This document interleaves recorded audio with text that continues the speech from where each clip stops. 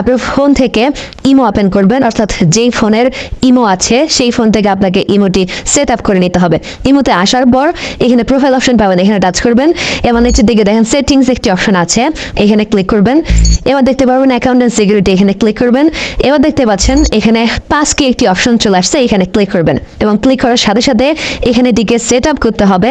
নিচের দিকে দেখেন ক্রিয়েট একটি অপশন আছে, জাস্ট এখানে ক্লিক করবেন এবং ক্লিক করার সাথে সাথেই আপনার ফোন নাম্বারটি চলে আসবে।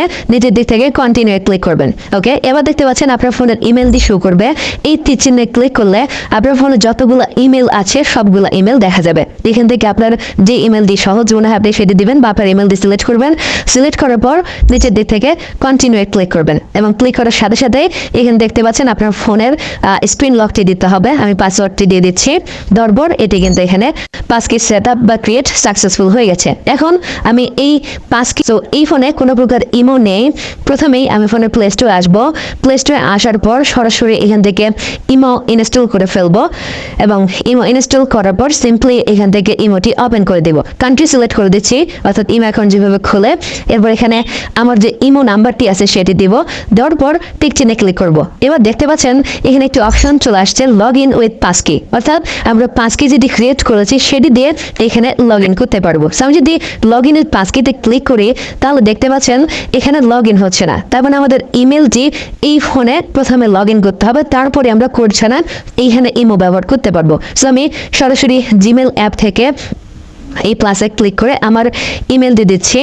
এরপর সেই ইমেলের পাসওয়ার্ডটি দিব এবং ইমেলটি লগ ইন করে ফেলেছি এবং দেখতে পাচ্ছেন ইমেল লগ ইন হয়েছে।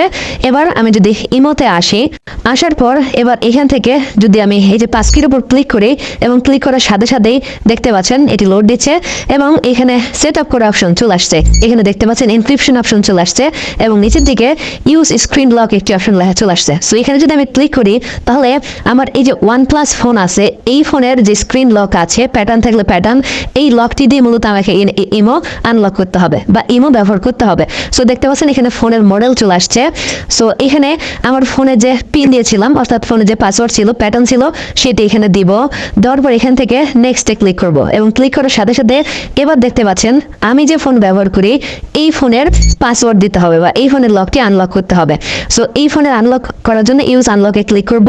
এবার আমার ফোনের ফিঙ্গারপ্রিন্ট দিচ্ছি। দেওয়ার পর দেখতে পাচ্ছেন এখানে পারমিশন চাচ্ছে এবং পারমিশন অন করে দেওয়ার সাথে সাথে দেখতে পাচ্ছেন এই ফোনের ইমো সরাসরি এই ফোনে ওপেন হয়ে গেছে এবং আমি যত চ্যাট করেছি সব চ্যাটগুলাই কিন্তু দেখা যাচ্ছে। ওকে, এবার যদি আমি প্রোফাইলে চাপ দিই তাহলে দেখতে পাচ্ছেন profile name Android school Bangla. তার মানে আমার এই ইমোটি এই ফোনে চলে আসছে কোনো প্রকার কোড ছাড়াই। আর ইমো আপনি কোনো প্রকার ফোন নাম্বার ছাড়াই ব্যবহার করতে পারবেন। এই ব্যাপারটি সবসময় বেশ কাজে লাগবে। যখন আপনার ফোনটি হারিয়ে যাবে তখন কিন্তু আপনি কোনো প্রকার ইমোর ফোন নাম্বার ছাড়াই আপনার ইমোটি বিশেষ সময় ব্যবহার করতে পারবেন। এই ছিল আজকের ভিডিও। ভালো লাইক করুন এবং কমেন্ট করে আপনার মূল্যবান মতামত জানান।